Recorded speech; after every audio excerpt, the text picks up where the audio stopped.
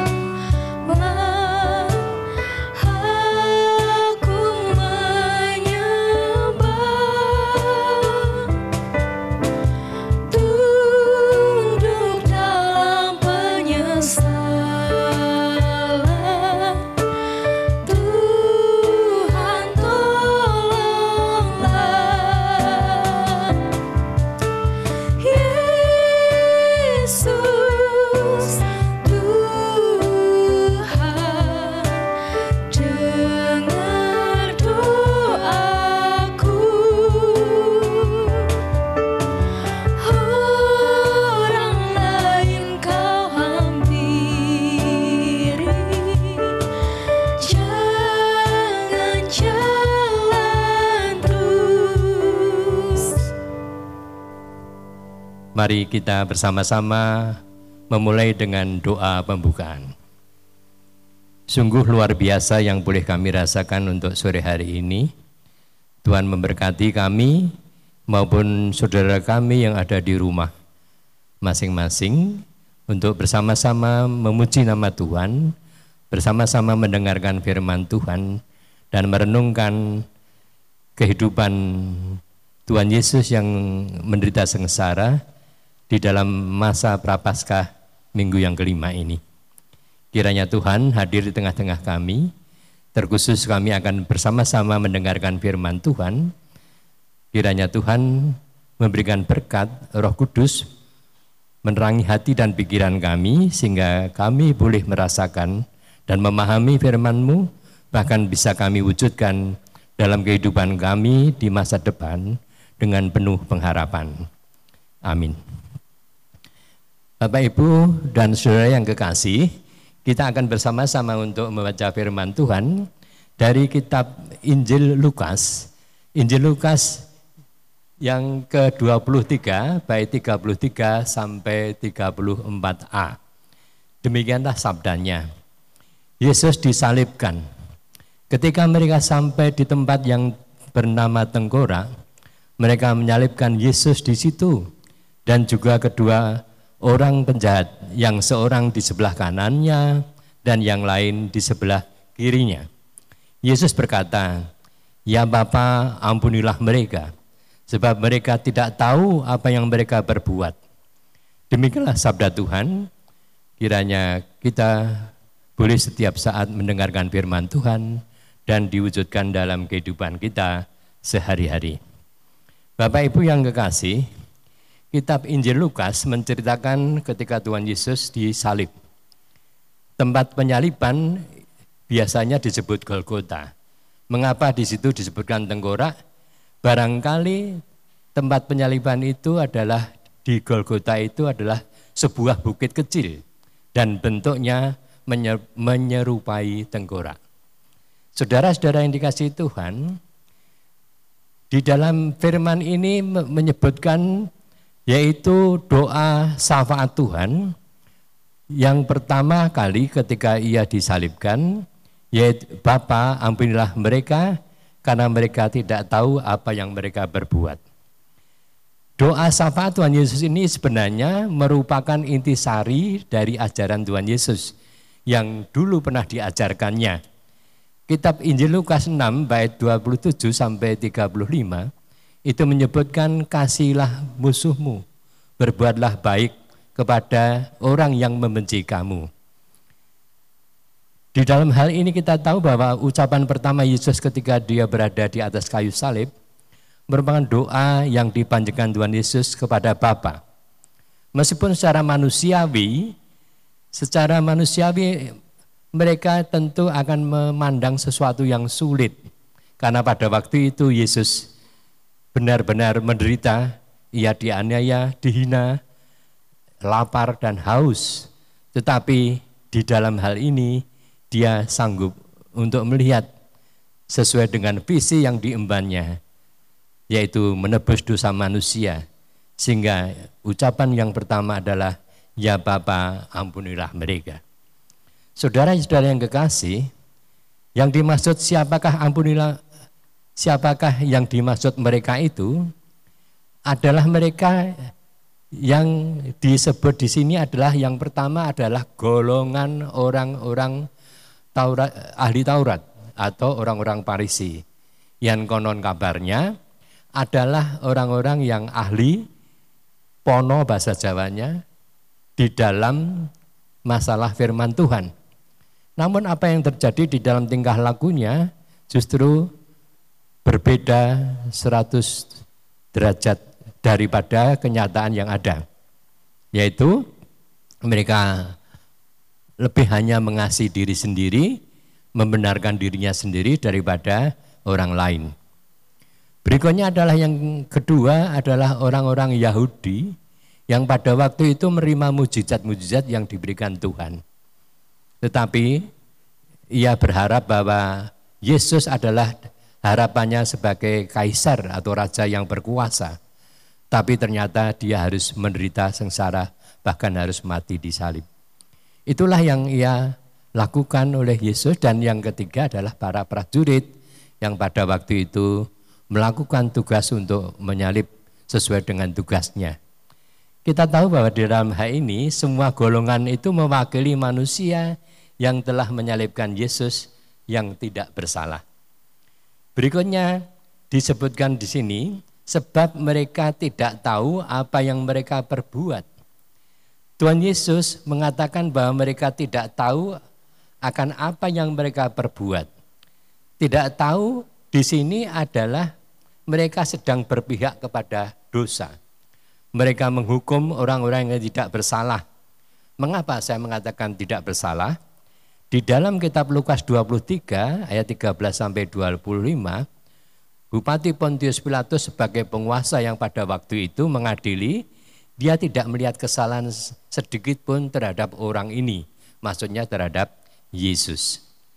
Mereka begitu antusias menghukum dan menikmati keberhasilan mereka karena mereka juga tidak tahu bahwa yang mereka hukum adalah Allah yang menjadi manusia yang datang sebagai juru selamat, dan semuanya itu adalah orang-orang yang berdosa. Yang berikutnya adalah ampunilah mereka. Saudara-saudara yang kekasih, inilah yang menunjukkan kewibawaan dan kebesaran hati daripada Yesus Kristus yang penuh kasih dan kemurahan hati. seolah-olah tidak terpengaruh dengan sikap orang-orang yang membenci atau memanfaatkan keadaan untuk turut menyingkirkan Yesus.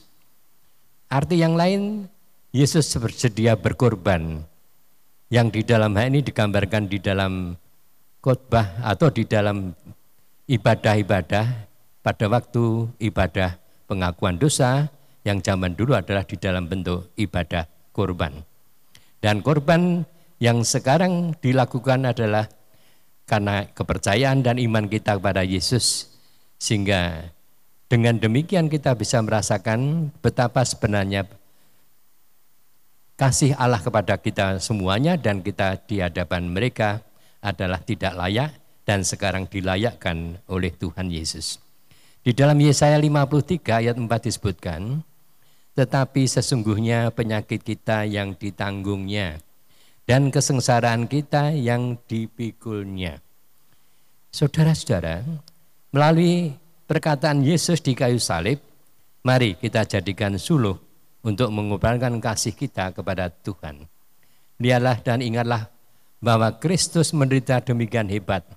Pada saat yang sedang merasakan sakitnya penganiayaan, Yesus berseru kepada Allah Bapa, meminta supaya orang-orang yang telah menyalibkannya itu diampuninya. Ya Bapa, ampunilah mereka, sebab mereka tidak tahu apa yang dilakukannya. Saudara-saudara yang kekasih, lalu apa yang menjadi pesan daripada firman hari ini? Yang pertama adalah, marilah saudara-saudara kita mencoba untuk mawas diri, merefleksi diri, introspeksi diri. Bahkan kadang-kadang kita ini sebenarnya seperti orang-orang Farisi atau ahli-ahli Taurat. Kita merasa lebih hebat, kita paling benar, paling berjasa, paling dan sebagainya. Mungkin saat ini karena kita digelapkan oleh dosa, sehingga tidak mampu memahami yang Yesus yang menderita sengsara. Kita yang tidak mampu mengenali kebenaran. Dosa membuat kita lupa dan tidak lagi mampu memahami diri sendiri. Tuhan, ampunilah kami, karena kami tidak tahu apa yang harus kami berbuat.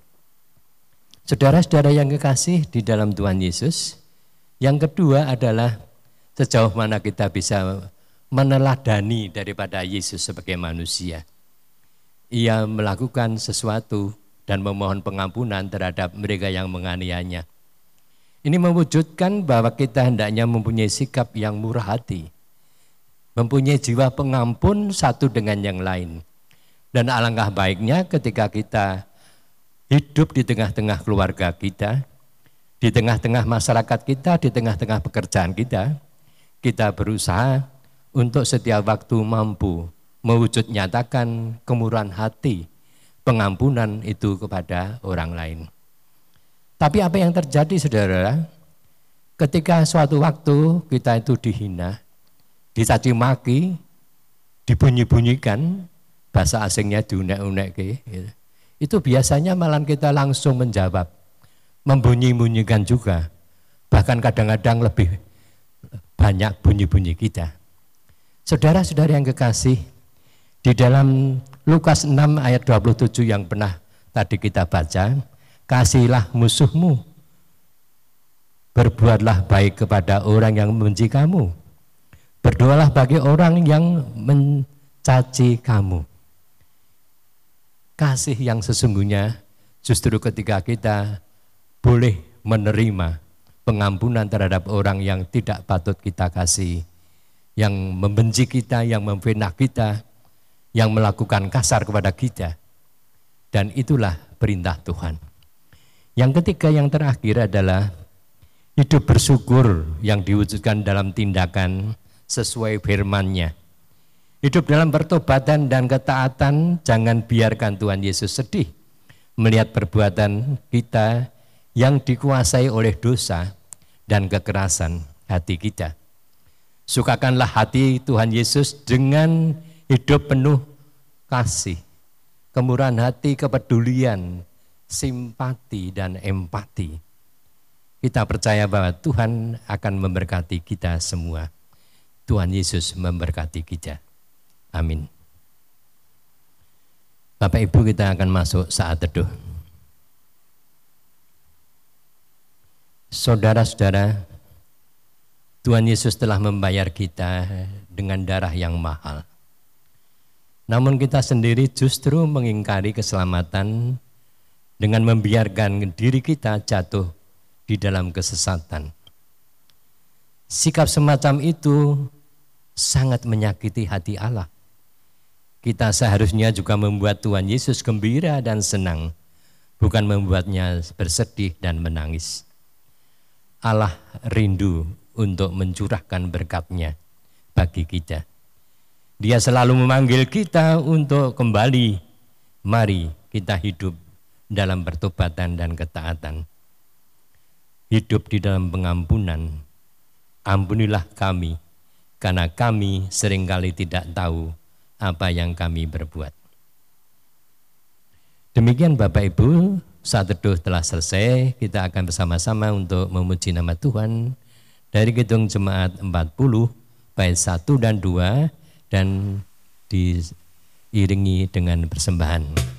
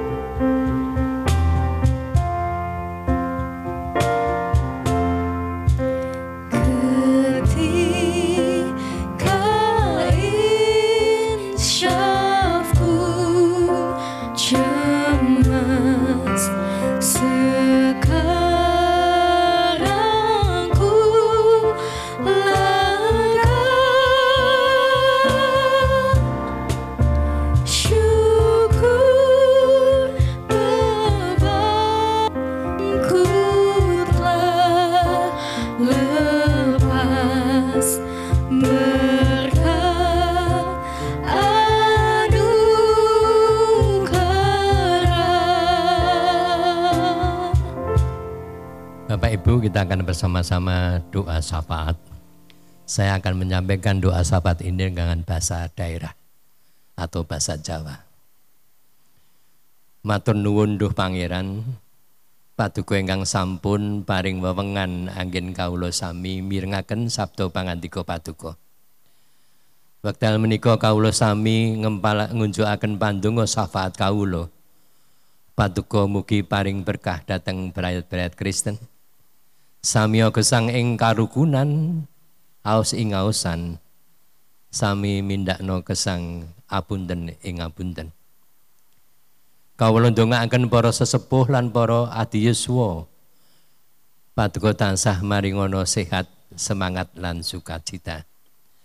Senadyan wekdal-wekdal menika ing masa pandemi Covid-19 dereng kepareng ibadah wonten ing gereja. Kawula ndongaaken anak-anak putu kawula, paduka paringi kesagedan, kapinteran dadosa generasi penerus, generasi yang kudus ingkang kebak ing pambangun turut dumateng Gusti Allah, dumateng bangsa lan negari. Para-para ingkang nandhang sakit paduka paringi manah ingkang kebak panarima. lumantar obat-obat paduka paringi mujizat kesarasan pemulihan. Paduka paring berkah dumateng kesanging pasamuan gereja-gereja Indonesia.